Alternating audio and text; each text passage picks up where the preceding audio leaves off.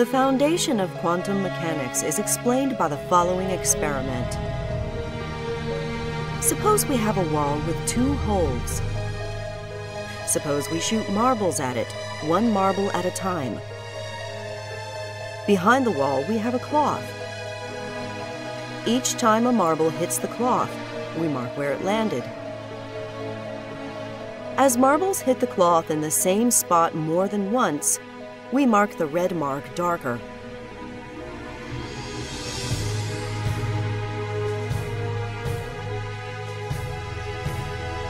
Some marbles make it through the holes by bouncing off at an angle. But most marbles that make it through the holes continue in a straight line. After a while, there will be many red marks on the cloth. The darkest red marks will be directly behind the 2 holes. Now suppose the 2 holes are very narrow. Suppose the marble is very small. Now the result is very different.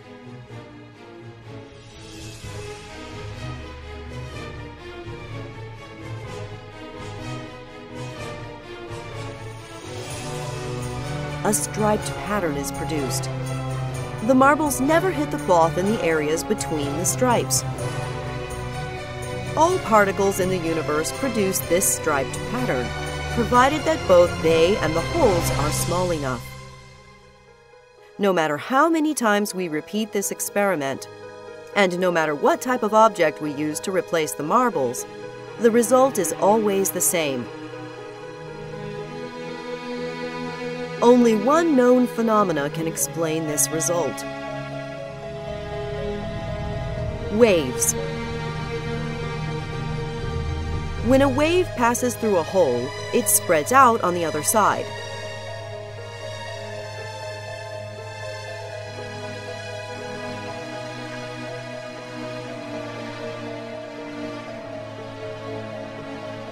If there are 2 holes, 2 waves are produced.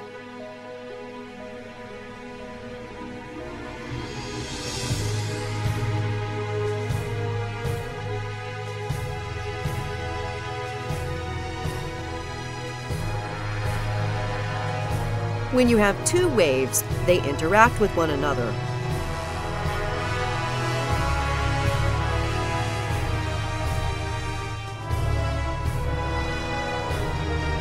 In some areas they strengthen each other, and in other areas they cancel each other out. This creates a striped pattern. This is the exact same pattern that we saw before. This means that all objects really behave like waves.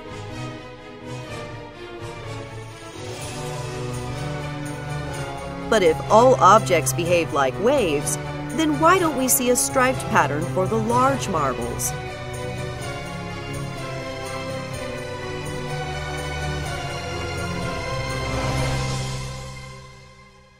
Large objects have much more energy than small objects. Waves have more energy by having a higher frequency.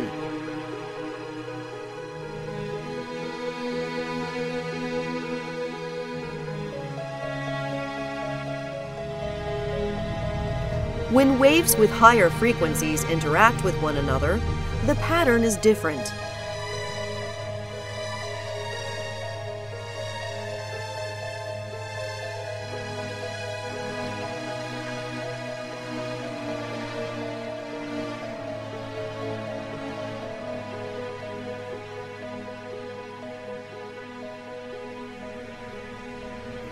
Large objects have more energy, and they therefore behave like high-frequency waves.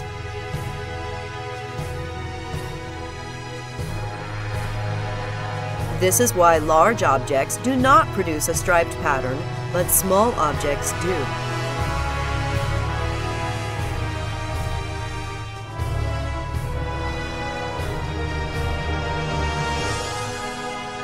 But there's still a problem. For a wave to produce a striped pattern, each wave must simultaneously pass through both holes, so that there will be two new waves that interact with one another.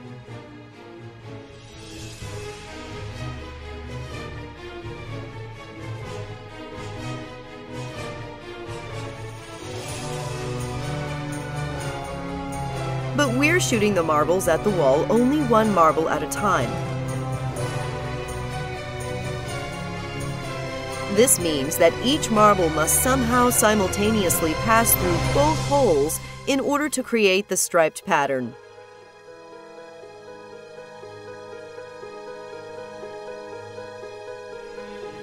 Let's see if this is what actually happens by blocking one of the holes. The striped pattern disappears.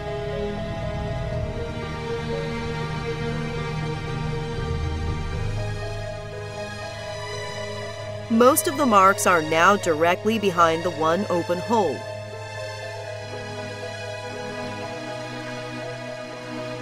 Now let's block the other hole instead.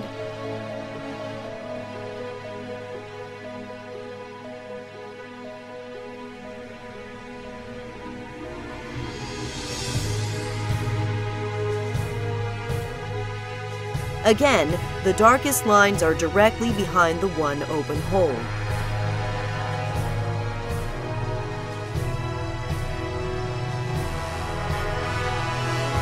But if we unblock both holes, the striped pattern returns.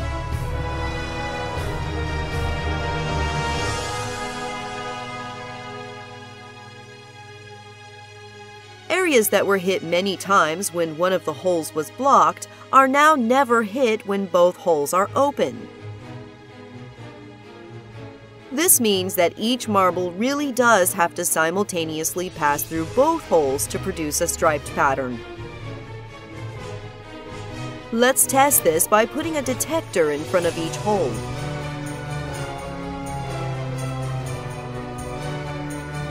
We should expect that both detectors will simultaneously indicate that the marble passes through it. However, this is not what happens.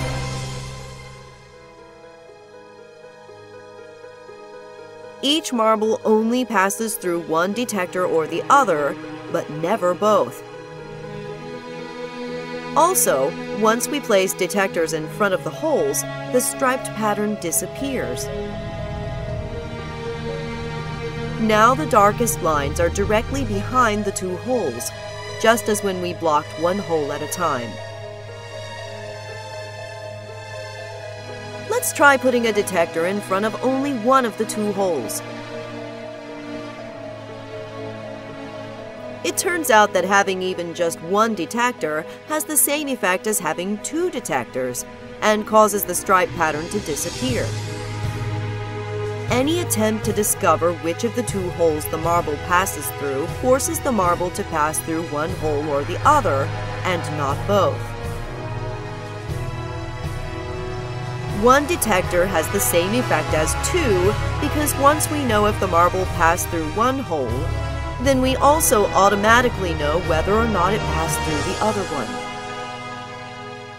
A marble goes through both holes only when we are not trying to find out which hole it went through. But when we do try to find out, the marble goes through only one hole or the other.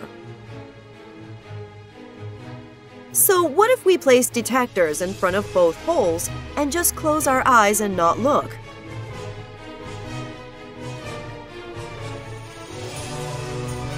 We don't know for sure what is happening when we are not looking, but we do know what the mathematics describing the waves tells us. When waves pass through a detector, the waves are altered so that they can no longer interact with one another.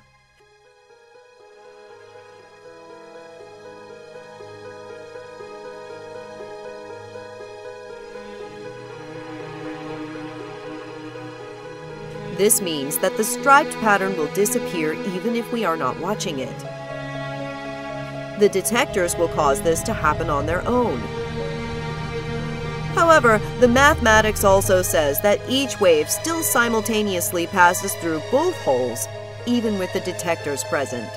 But when we open our eyes and look, we always see the detector indicating that the marble passed through only one hole or the other, and never both. Each wave still simultaneously passes through both holes, even with the detectors present. But when we open our eyes and look, we always see the detector indicating that the marble passed through only one hole or the other, and never both. This means that the marble must be more than just a wave. The wave only describes the probability of where we will see the marble when we look at it. The probability of the marble being at a particular location is given by the wave's amplitude. The higher the amplitude of the wave at a particular location, the higher the probability is that we will see the marble there when we look. This means that we can never simultaneously know both the position and the momentum. Before the wave hits the detector, we know exactly what direction the momentum is in.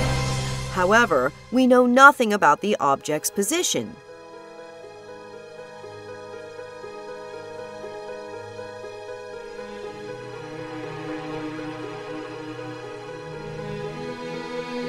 Immediately after we see the marble hit the detector, we know exactly where its position is, but now we know nothing about the direction of the momentum. Not only are we not able to simultaneously measure the position and momentum of an object, the object does not even have a specific position or momentum until we observe it. If the marble always had a specific position, then the marble would not be able to go through both holes simultaneously, which is necessary to produce the striped pattern. But if all objects are just a wave of probability until we observe them, then this means that the detectors and all the objects the marbles interact with are just a wave of probability too.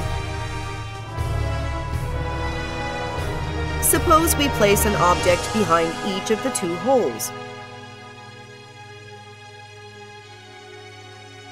The marble will knock down one of the two objects, depending on which hole it passes through.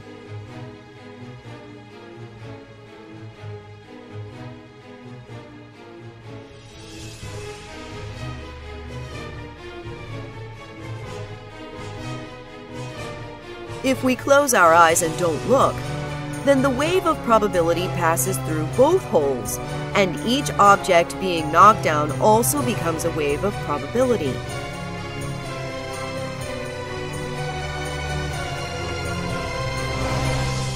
Just as each marble simultaneously passes through both holes, each object is now simultaneously both standing up and knocked down. No matter how long we wait after the marbles have hit the objects, each object will continue to have a probability of still being in the standing position. And each object will also continue to have a probability of being in the knocked-down position. According to the mathematics describing the probability waves, neither outcome is certain. It's only when we open our eyes and look that we see only one outcome or the other.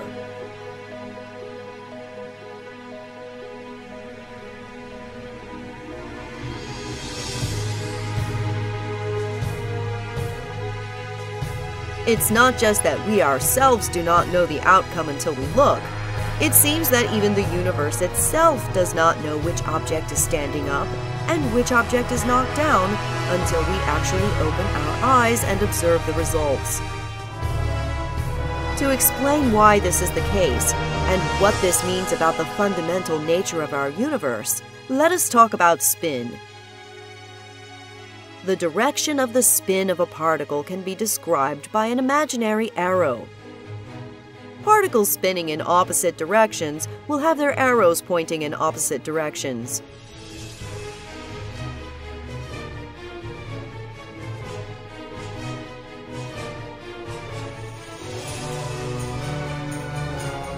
particles are too small to see the spin directly with our eyes, but we can build detectors which tell us if the spin is in the direction of the red plate or if the spin is in the direction of the blue plate.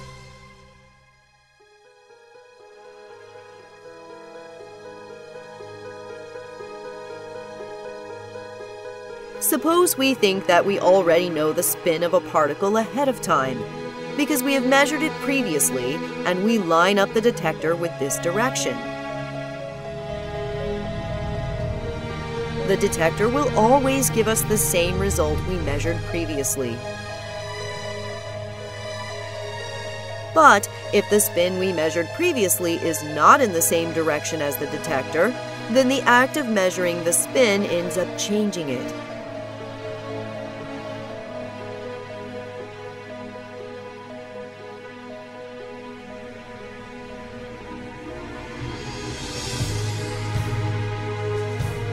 It is not possible to simultaneously measure the spin of a particle in more than one direction at a time. If we want to know the direction of the spin in the horizontal direction, then we need to rotate the detector.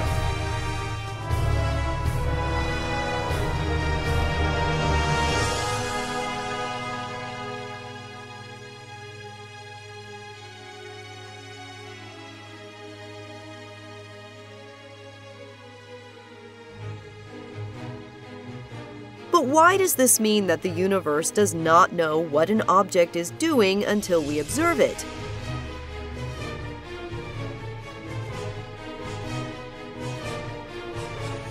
The answer lies in the fact that we can produce pairs of particles that always spin in opposite directions.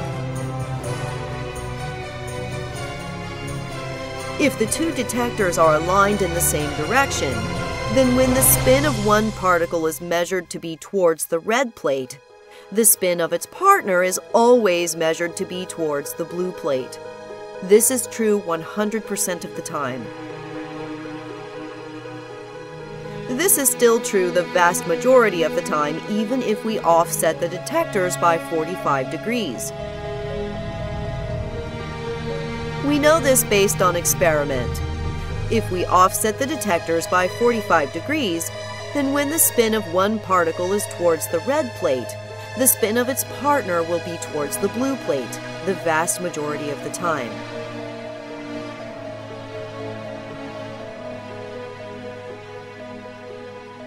Suppose the two detectors are perfectly aligned with each other, and they are both in the diagonal position. Does the universe know ahead of time that the first particle will be measured to be towards the red plate, and that the spin of the second particle will therefore be towards the blue plate? If the universe knows ahead of time that the spin of the second particle will be towards the blue plate, then this means that the universe must know that the spin of the first particle will probably be towards the red plate, even if we rotate its detector by 45 degrees, either into the vertical position or into the horizontal position.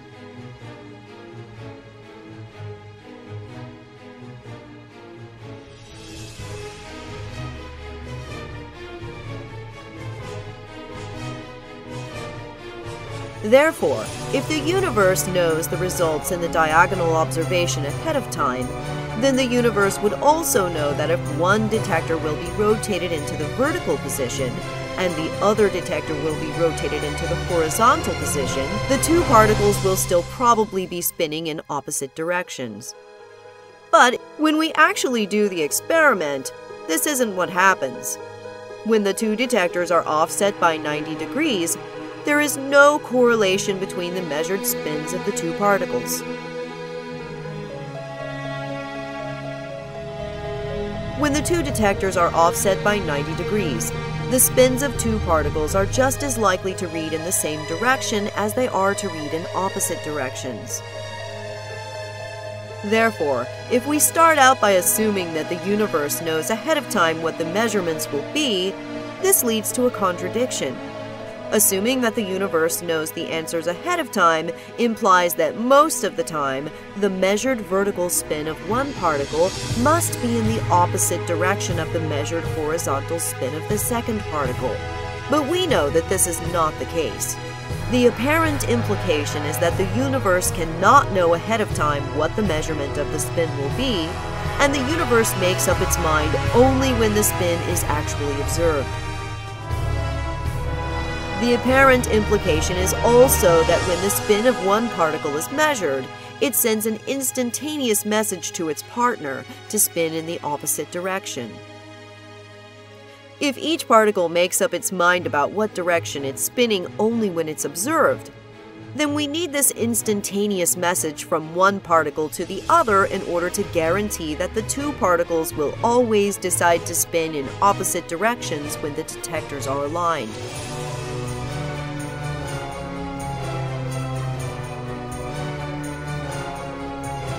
This is true no matter how far apart the two particles have traveled away from each other.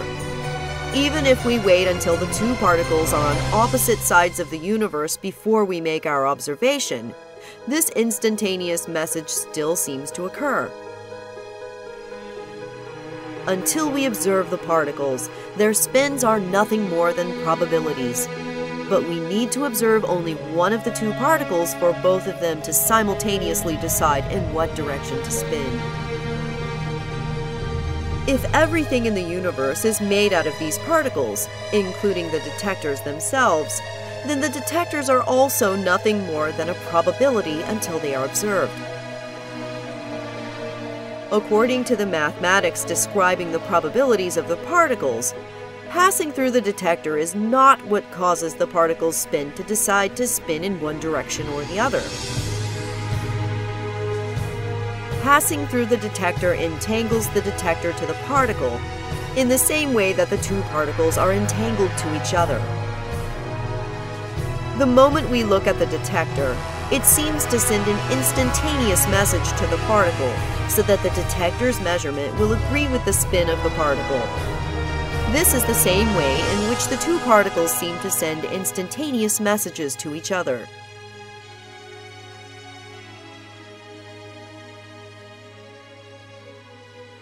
There are many possible explanations as to what's actually happening and how to interpret these results, and this is a matter of considerable debate. But if we really do have these types of instantaneous messages, which are faster even than the speed of light, then this creates an interesting situation with Einstein's theory of relativity. According to Einstein's theory of relativity, different observers will disagree about which of two events happened first, and no observer is more correct than any other.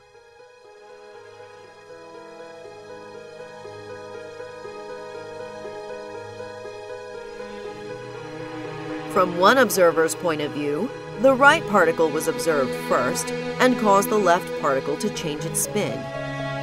From another observer's point of view, the left particle was observed first and caused the right particle to change its spin. Therefore, we can't know which of these events is the cause and which of these is the effect, since both points of view are equally valid. In fact, according to quantum mechanics, we can't even know which particle is which. Suppose we have two particles in a container. Each particle does not have its own separate probability wave.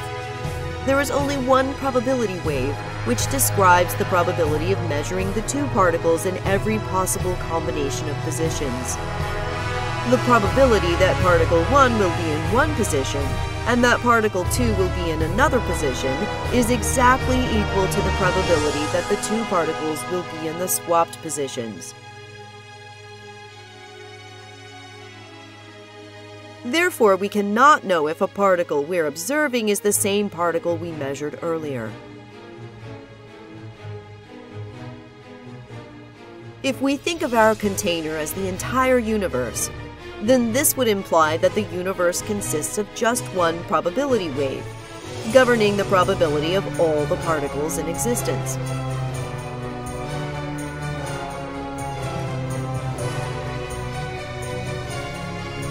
But if we ourselves are made out of these exact same particles, then why is the act of us observing something so fundamentally different from everything else in the universe? This is one of the greatest unsolved scientific and philosophical mysteries of all time,